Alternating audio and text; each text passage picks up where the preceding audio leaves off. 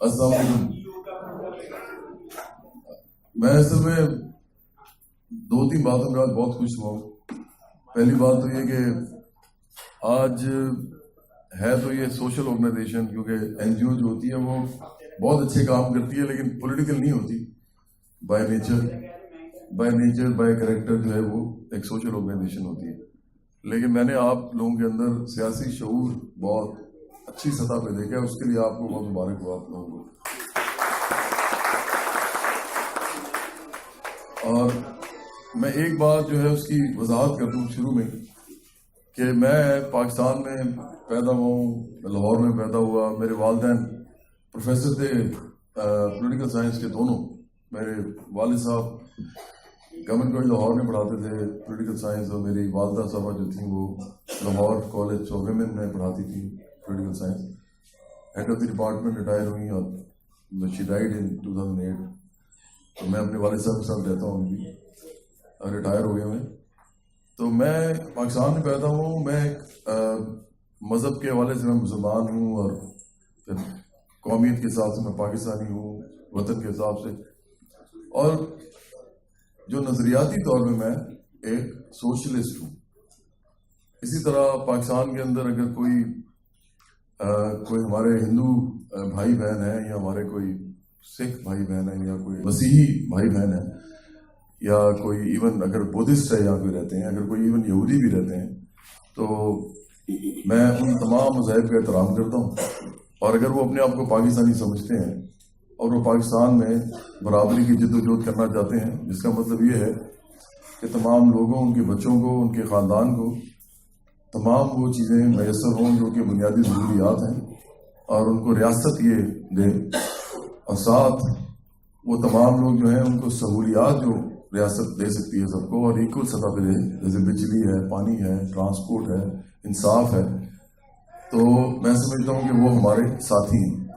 اس سے کوئی فرق نہیں پڑتا کہ ان کا کیا مذہب ہے، ان کا کیا صوبہ ہے، ان کی کیا رنگ ہے، ان کا کیا نسل ہے، اور وہ اپنے گھر کے اندر کس طرح کے اقدار رکھتے ہیں، وہ کس طرح کی سویلائزیشن یا کلچر کو پسند کرتے ہیں. یہ ان کے ذاتی معاملات ہیں.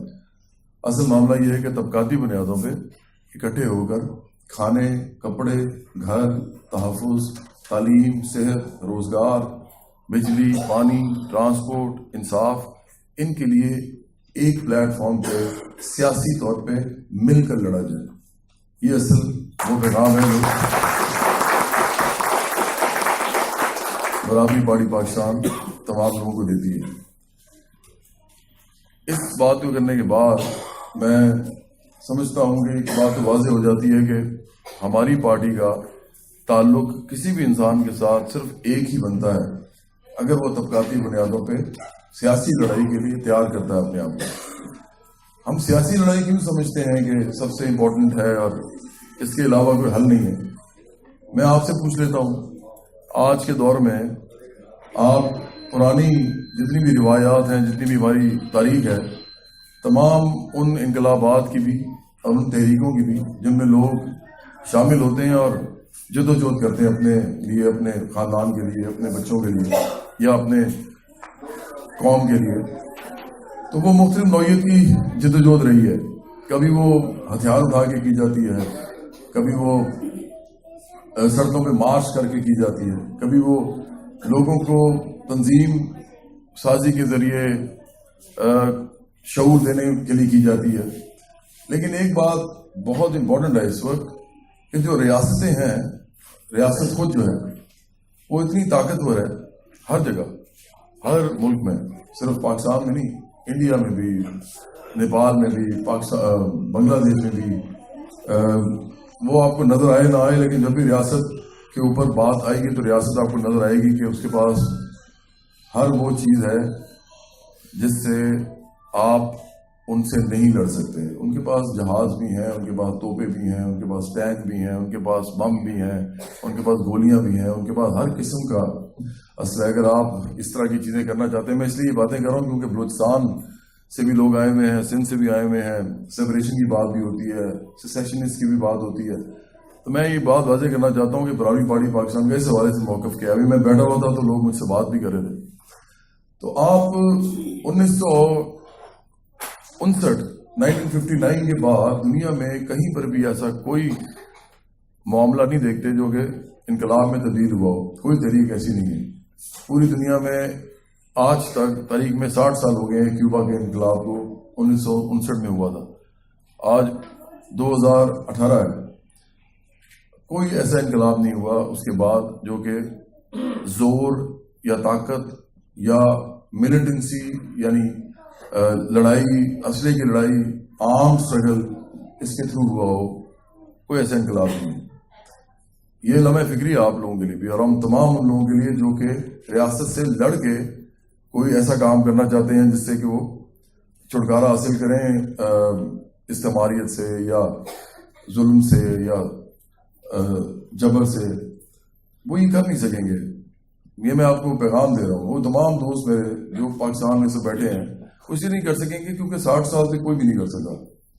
کہیں پر بھی ایسی کوئی موومنٹ نہیں آپ بڑی بنا سکتے جو کہ پورے پاکستان میں یا پورے بر صغیر میں یا پھر اس کے بعد پوری دنیا میں پھیلے اسلحے کے زور پہ یا لڑائی اور جبر کے اور ظلم کے زور کے مقابلے میں خود بھی یہ کچھ کرنے سے, دہشت گردی کرنے سے, ایکسٹریمزم کرنے سے.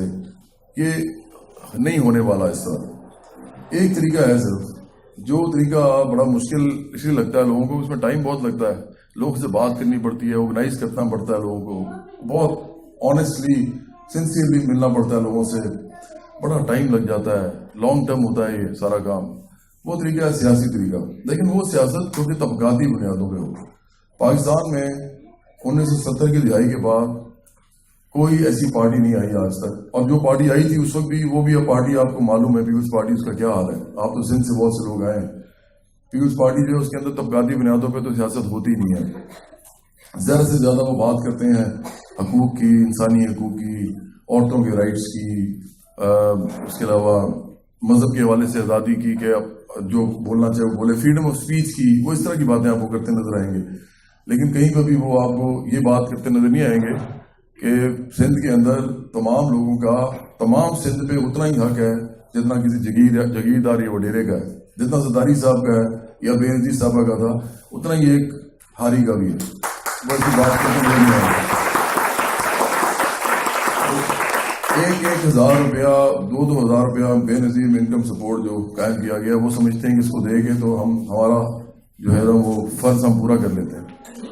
اور پیپلز پارٹی جو ہے طبقاتی بنیادوں پہ نہیں کھڑی ہوئی. تو اس لیے اب تو کوئی بھی پارٹی ایسی نہیں ہے جس کے اندر آپ کو طبقاتی بات کرتا کوئی نظر آئے. میں 2013 میں میں چونکہ بڑے عرصے سے کام کر رہا تھا پنجاب میں, تو بہت زیادہ ہم نے کام کیا. اس کے علاوہ پختونخوا میں بھی ہم نے کام کیا, سندھ میں بھی ہم بہت جاتے رہے. فیاض صاحب اس کے گواہ ہیں, فیاض صاحب پتہ نہیں اس کا کام موجود ہے. ہاں, اور اس کے علاوہ بلوچستان میں بھی ہم گئے. ہم کوئی ایسے جگہ نہیں چھوڑی جہاں پہ ہم نے 2 لوگوں سے بات نہیں کی اس زمانے میں, کیونکہ ہماری تنظیم کا نام تھا international youth and workers movement. اس کا مطلب بنتا ہے عالمی نوجوان اور محنت کش تحریک. ہم عالمی بات کر رہے تھے کیونکہ یہ جو مسئلہ ہے یہ پوری دنیا کا مسئلہ ہے. سرمایہ داری نظام جو ہے یہ پوری دنیا کے اندر ایک ہی طرح کا ہے. پوری دنیا کے جو ورکرز ہیں, مزدور ہیں, کسان ہیں, وہ ہر جگہ اسی طرح پریشان ہیں.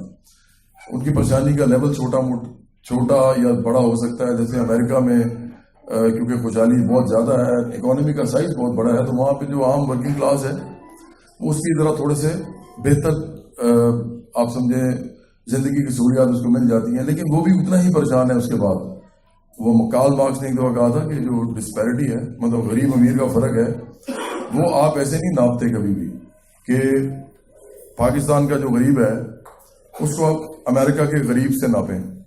آپ ایسے نہیں ناپتے. آپ ہمیشہ ایسے ناپتے ہیں کہ جو پاکستان کا غریب ہے اس کو اس کے امیر سے پاکستان کے ناپیں, اور جو امریکہ کا غریب ہے اس کو امریکہ کے امیر سے ناپیں. کیونکہ جو تفاوت ہے, جو فرق ہے, وہ ان دونوں کے آپس کا مسئلہ ہے کہ امیر کتنا امیر ہے اور غریب کتنا غریب ہے, اور یہ ہر ریجن کا اپنا اپنا مسئلہ ہے.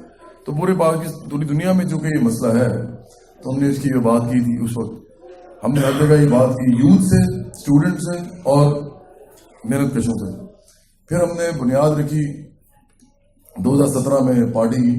اس سے پہلے 2013 میں مجھے پھر عمران خان صاحب نے خود کہا تھا پارٹی جوائن کرنے کے لیے. وہ اور بھی لوگوں کو کہہ رہے تھے, مجھے بھی انہوں نے کہا. اسی طرح احسن اقبال صاحب ہیں, میں آپ کو مائک پہ بول رہا ہوں, آپ چلائیں اس کو جہاں مرضی, کوئی مجھے کچھ نہیں کہہ سکتا کیونکہ انہوں نے کہا تھا, سب نے, میں سچ بول رہا ہوں. تو آج تک میں نے اتنی دفعہ ٹی وی پہ جا کے کہا, کبھی کوئی نہیں بولا, کیونکہ وہ سب میرے پاس آئے تھے. احسن اقبال صاحب میرے گھر تشریف لائے, اس کے بعد انہوں نے مجھے نون جوائن کرنے کے لیے کہا. میرے والد صاحب کے ساتھ ان کی ملاقات ہوئی اور میرے سے, اور اس کے بعد نظر گودل صاحب جو آج پیپلز تحریک انصاف میں چلے گئے, پہلے پیپلز پارٹی میں تھے, ان کے بھائی ہیں ذوالفقار گودل صاحب, انہوں نے مجھے پیپلز پارٹی کی ٹکٹ آفر کی پنجاب کے لیے, پارٹی جوائن کرنے کے لیے نہیں, صرف کہا ٹکٹ انہوں نے کہا آپ لے لیں ہم سے 2013 کے الیکشن میں. لیکن ہم نے یہی سوچا ہوا تھا کہ یہ سب پارٹیز جو ہیں یہ ایک کام نہیں کریں گی, اور وہی کام سب سے ضروری ہے. یہ طبقاتی بنیادوں پہ سیاست نہیں کریں گی, یہ امیر غریب کی سیاست نہیں کریں گی, یہ محروم کی اور طاقتور کی سیاست نہیں کریں گی, یہ مجبور کی اور ظالم کی سیاست نہیں کریں گی. کیونکہ اگر وہ یہ کریں گی تو ان کو تو اپنے گھر کے اندر سب سے پہلے بربادی کا سامنا کرنا پڑے گا. وہ جاگیردار ہیں, سرمایہ دار ہیں, وڈیرے ہیں, وہ کیسے یہ کام کریں گے. تو ہم نے جب یہ بات کی برابری پارٹی پاکستان کی, تو ہم نے اس وقت ایک بات کا صرف نعرہ لگایا. ہم نے کہا آج بھی ہم وہی بات کر رہے ہیں, اور جب یہ بات بڑی ہو جائے گی تو اس ملک کو کوئی نہیں بچا سکتا انقلاب سے. لیکن وہ انقلاب سیاسی طور پہ آئے گا, سیاسی طور پہ. جب میجورٹی کھڑی ہو جائے نا اپنے حق کے لیے, ان کو کوئی نہیں روک سکتا. تو ہم نے ہی کہا, جو نعرہ ہمارا ہے آج بھی ہے, کہ ہم برابری پارٹی پاکستان 99% کی آواز ہے. جب ہم کہتے ہیں نا برابری پارٹی پاکستان 99% کی آواز ہے, تو آپ ذہن میں رکھیے کہ اس کا مطلب ایک اور بھی بنتا ہے کہ ہم 1% کی آواز نہیں ہے جو ہم پہ حکومت کر رہا ہے. ہم ان میں سے نہیں ہیں اور وہ ہم میں سے نہیں ہیں. کس حوالے سے؟ صرف سیاسی حوالے سے. ویسے وہ ہمارے ہم وطن ہیں, ہم ان کے لیے بھی اچھا چاہتے ہیں, ہم چاہتے ہیں کہ ان کے بال بچے, ان کے گھر والے خوش رہیں, ان کو بھی وہ سب چیزیں ملیں جو سب کو ملیں. لیکن ہم سیاسی طور پہ ان کے ساتھ نہیں کھڑے ہوئے. ان کی اپنی اپنی پارٹیز ہیں, تحریک انصاف ہے, مسلم نون ہے, پیپلز پارٹی ہے, اس کے علاوہ بہت ساری پارٹیز ہیں ریجنل لیول پہ. لیکن برابری پارٹی پاکستان ان لوگوں کی پارٹی نہیں ہے. وہ اس میں آ بھی نہیں سکتے, اس میں لیڈرشپ میں بھی نہیں آ سکتے, اس کے ممبر بھی نہیں بن سکتے. اگر وہ کوئی بہت ہی امیر آدمی آنا چاہے ہمارے اندر اور وہ آگے کہے جی کہ میں لیڈر بننا چاہتا ہوں, تو ہم اسے کہتے ہیں کہ آپ پہلے ممبر بنیں اور آپ کام کریں, اور ہمیں پتہ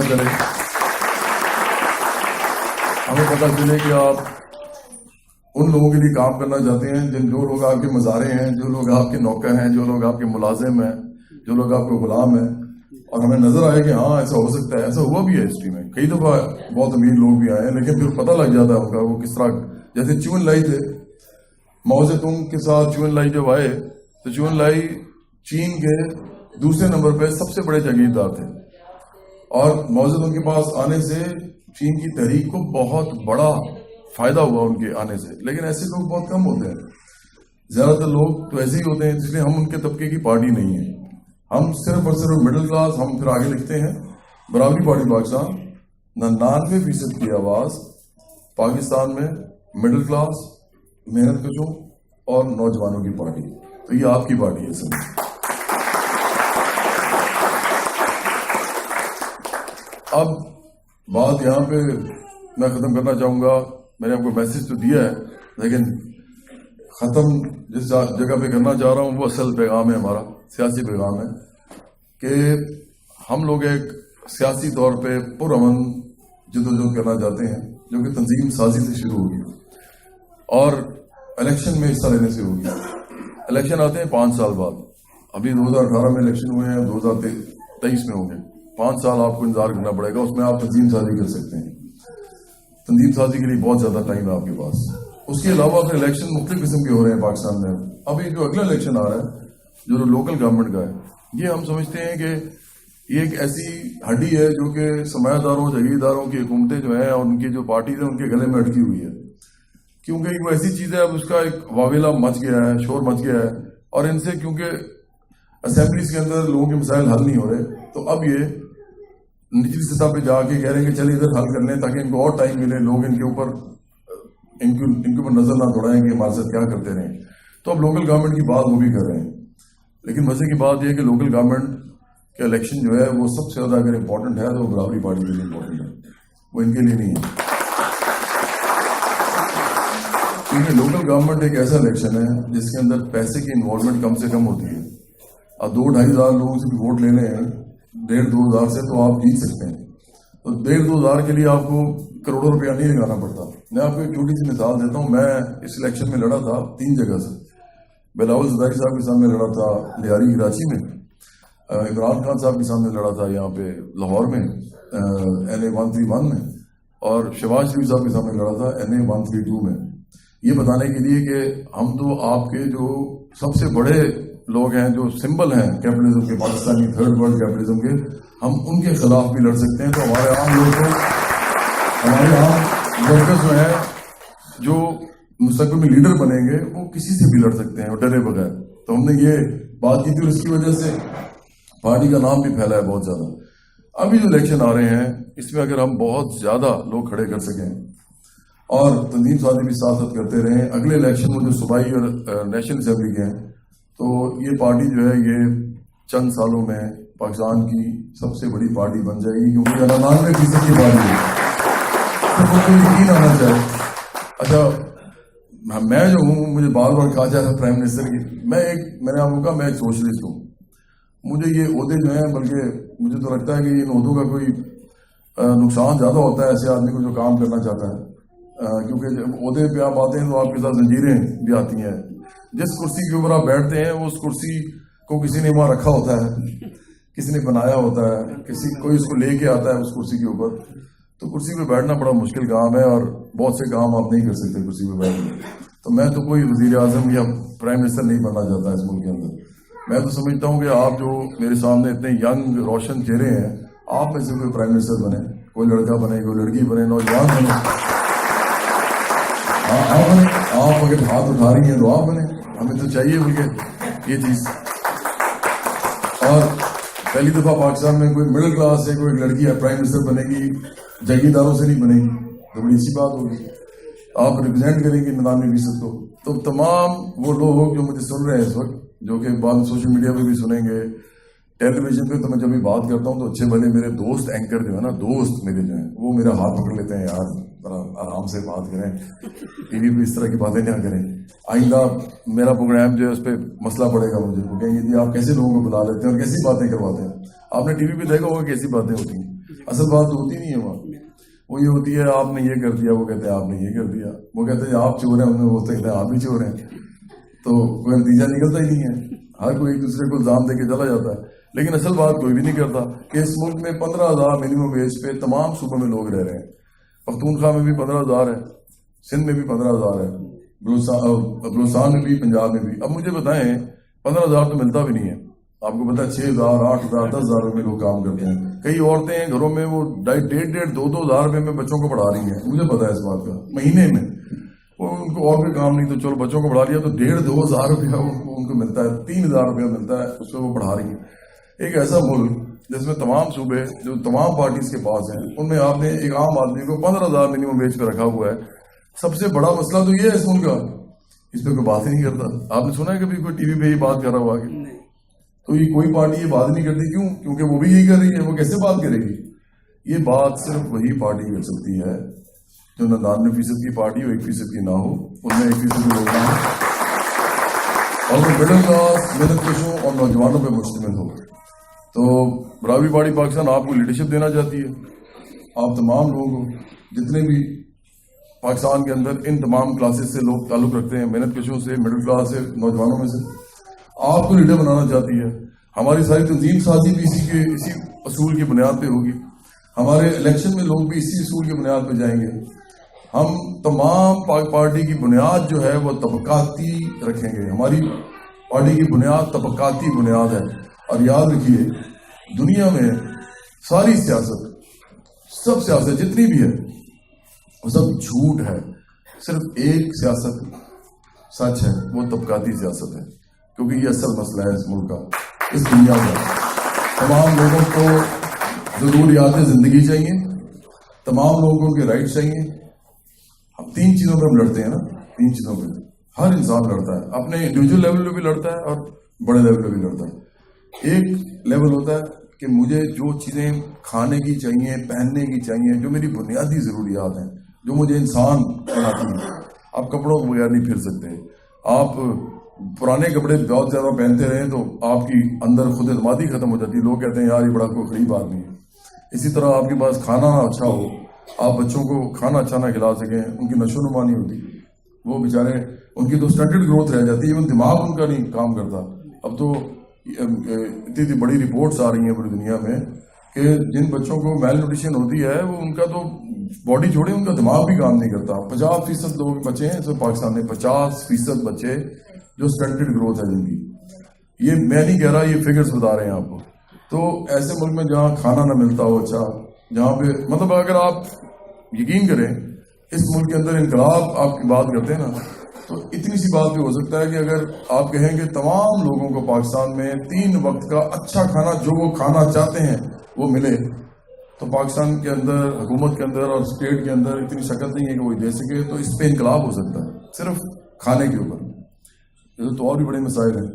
تو ہم یہ کہہ رہے ہیں کہ طبقاتی سیاست ہی اصل سیاست ہے. برابری پارٹی پاکستان اس پہ کھڑی ہے. رنگ, نسل, مذہب, جنس اس سے علیحدہ ہو کے. ہاں میں عورتوں کی آزادی کے حوالے سے بھی آپ کو بتا دوں, کیونکہ عورتیں پہلے تو میں بہت زیادہ, ہاں میں نے کہا تھا نا شروع میں کہ میں خوش ہوا ہوں 2-3 باتوں پہ, تو ایک بات اس بات پہ خوش ہوا ہوں کہ اتنی زیادہ عورتیں اس وقت موجود ہیں یہاں پہ,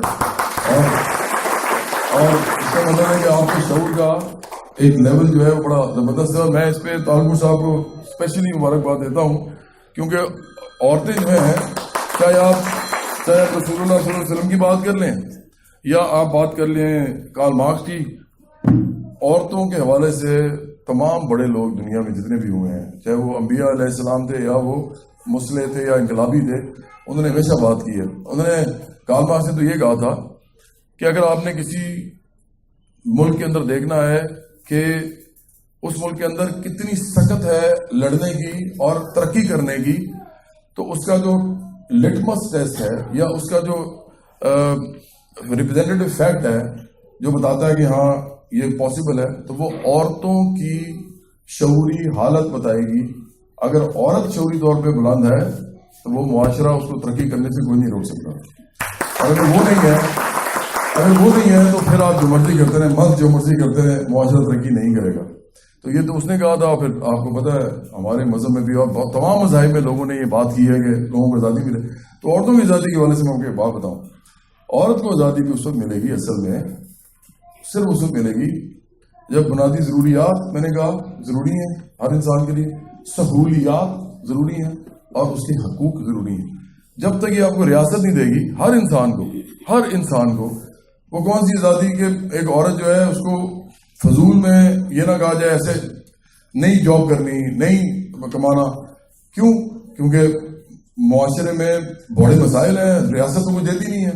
اب ریاست فرض کریں آ جائے اس کام میں, ہم کہتے ہیں کہ یہ تمام چیزیں ریاست ہے, ریاست ان کی ذمہ دار, ہماری حکومت یہ کرے گی, ریاست کو پابند کرے گی ہر انسان کو, چاہے وہ عورت ہو, چاہے مرد ہو, چاہے بچہ ہو, اس کی تمام ضروریات, سہولیات اور اس کے رائٹس یہ ریاست ان کو دے گی. تو اگر یہ ہو جائے تو مجھے بتائیں, باقی عورتیں بڑی سمجھدار ہوتی ہیں, مرد بھی بڑے سمجھدار ہوتے ہیں, کوئی آزادی سے بہت زیادہ فائدہ نہیں اٹھانا چاہتا. وہ آزادی اتنی رکھتے ہیں جتنی ان کو اقدار ہے, ہمارا کلچر ہے, لیکن ان کو یہ والی آزادی اگر مل جائے کہ ان کو نان نفقے کے لیے, اپنی روٹی کے لیے, اپنی تعلیم کے لیے, اپنی صحت کے لیے ہر وقت جو ہے وہ پریشانی میں نہ رہنا پڑے, ان کو ریاست دے رہی ہو, تو اسی وقت عورت بھی جو ہے وہ اصل میں آزاد ہوتی ہے. جب تک معاشی آزادی نہیں ہوتی تو کوئی بھی آزادی نہیں ہوتی. اسی طرح مردوں کی میں بات کر رہا ہوں, مرد جو ہیں وہ اپنے آپ کو بڑے زبردست سمجھتے ہیں, لیکن آپ کو معلوم ہے کہ مزار مرد جو ہوتا ہے وہ جاگیردار مرد کے سامنے کیا ہوتا ہے, وہ کیڑا مکوڑا ہوتا ہے. اس کی مردانگی ختم ہو جاتی ہے 2 منٹ میں. تو ایسی مردانگی کا کیا فائدہ جو آپ صرف اپنے کلاس کے ساتھ ہی دکھا سکتے ہیں, اپنے طبقے کے ساتھ. جو ذرا سا اوپر والا طبقہ ہو تو آپ اس کے سامنے ہاتھ جوڑ دیتے ہیں, آپ کی بیگم کو پتہ بھی نہیں ہوتا آپ ہاتھ جوڑ کے آئے. مسئلہ یہ ہے کہ یہ جو معاملہ ہے آپ کی عزت نفس نہیں, آپ کو آپ کو گوارا کیسے کرتی ہے کہ آپ لوگوں کے سامنے ہاتھ جوڑتے ہیں؟ کیونکہ آپ کو روزی روٹی کے لیے، آپ کو اپنے بیماری کے لیے، اپنے تعلیم کے لیے، اپنے بچوں کے لیے آپ کو ان لوگوں کے سامنے ہاتھ پھیلانا پڑتا ہے، یا ہاتھ جوڑنے پڑتے ہیں، یا خوشامد کرنی پڑتی ہے، یا ان کو رشوت دینی پڑتی ہے، یا تعلقات قائم کرنے پڑتے ہیں جن کو آپ اپنے گھر میں بلانا بھی پسند نہیں کرتے. ان لوگوں کے ساتھ آپ اس طرح کا رویہ کرتے ہیں. کیوں؟ کیونکہ مردوں کا بھی وہی حال ہے. ریاست تو دے ہی کچھ نہیں رہی. نہ ریاست آپ کو کھانا دے رہی، نہ کپڑا دے رہی ہے، نہ آپ کو تعلیم دے رہی ہے، نہ آپ کو وہ کوئی سہولت دے رہی ہے، اور نہ انصاف دے رہی ہے، اور نہ ہی وہ ان کا آپ کو رائٹس دے رہی ہے، آپ کے حقوق دے رہی ہے. میں نے کہا تھا نا 3 چیزیں ہیں، ضروریات، سہولیات اور حقوق، تینوں نہیں دے رہی. پاکستان نہیں چینج ہوگا اس وقت تک جب تک آپ کو، آپ کے تمام لوگوں کو برابری کی بنیاد پہ، تمام لوگوں کو، جو بھی 8 گھنٹے کام کرتا ہے، جو بھی جس طرح کا مرضی کام کرتا ہے، 8 گھنٹے کام کرتا ہے، محنت کرتا ہے، اس کو وہ تمام چیزیں ملنی چاہیے جو اس ملک میں اگتی ہیں، بنتی ہیں اور اس کے بازاروں میں ملتی ہیں. تو یہ پیغام جو ہے یہ آپ لوگوں تک لے کے جائیں. یہ عام پارٹی نہیں ہے، یہ 99% کی پارٹی ہے. یہ شروع ہو گئی ہے، اس نے کام شروع کر دیا. آپ خود لیڈر ہیں اس کے. ہم تو صرف آپ کو گائیڈ کر سکتے ہیں، یا ہم آپ سے مشورہ دے سکتے ہیں، آپ سے مشورہ لے بھی سکتے ہیں. تو اس سے زیادہ ہم کچھ نہیں کر سکتے. تنظیم سازی کر سکتے ہیں، الیکشن میں لوگ کھڑے کر سکتے ہیں. آپ اپنا ہمارے پیغام پہنچائیں لوگوں کو، خود ہی پارٹی میں شامل ہوں، اور یقین رکھیں کہ اس پارٹی کے علاوہ اس ملک کو نہیں بدل سکتا کوئی. کیونکہ باقی تمام پارٹیز تو خود کہہ رہی ہیں کہ ہم جاگیرداروں سرمایہ داروں کی پارٹی سے، انہوں نے آپ کو کیا بدلنا ہے؟ کبھی آپ نے دیکھا کہ ایک سرمایہ دار مزدور کے لیے یا ایک مزارے جو ہے اس کے لڑا ہو، اس جاگیردار لڑ رہا ہو؟ میں آپ کو سب سے مزے کی بات بتاؤں آخر میں. ہم مڈل کلاس لوگ ہیں نا، مڈل کلاس لوگ جو ہوتے ہیں وہ ان کے گھروں میں غریب لوگ ہوتے ہیں، ملازم ہوتے ہیں، وہ گاؤں سے آ جاتے ہیں بیچارے، ان کے پاس پیسے سے بالکل نہیں ہوتے، تو وہ گھومتے پھرتے ہیں، جاب چھوٹی لیتے ہیں. اس ملک میں 3 کروڑ بچہ اسکول نہیں جاتا لوگوں کا، تو انہی لوگوں کا نہیں جاتا نا. 3 کروڑ بچہ اسکول ہی نہیں جاتا، تو وہ در بدر پھرتے ہیں. ہم ان کو اپنے گھروں میں رکھ لیتے ہیں نوکر. کئی گھروں میں 10 12 بھی ہوتے ہیں. کبھی آپ نے دیکھا ہے کہ مڈل کلاس کے لوگ 1 2 نوکر بھی اگر افورڈ کرتے ہیں، تو ان کے نوکر کو اگر بیماری ہو جائے کوئی بڑی، اور وہ آ کے کہ جی مجھے 2 لاکھ روپیہ چاہیے، مجھے کینسر ہو گیا، تو کیا ہم اس کو دیتے ہیں؟ نہیں دیتے نا. اور یہ اچھائی برائی کا معاملہ نہیں ہے. ہمارے پاس ہوتے ہی نہیں تو دیں گے کیسے؟ اپنے بچوں کو دیں گے، اپنے گھر والوں کو دیں گے، اس کو دیں گے.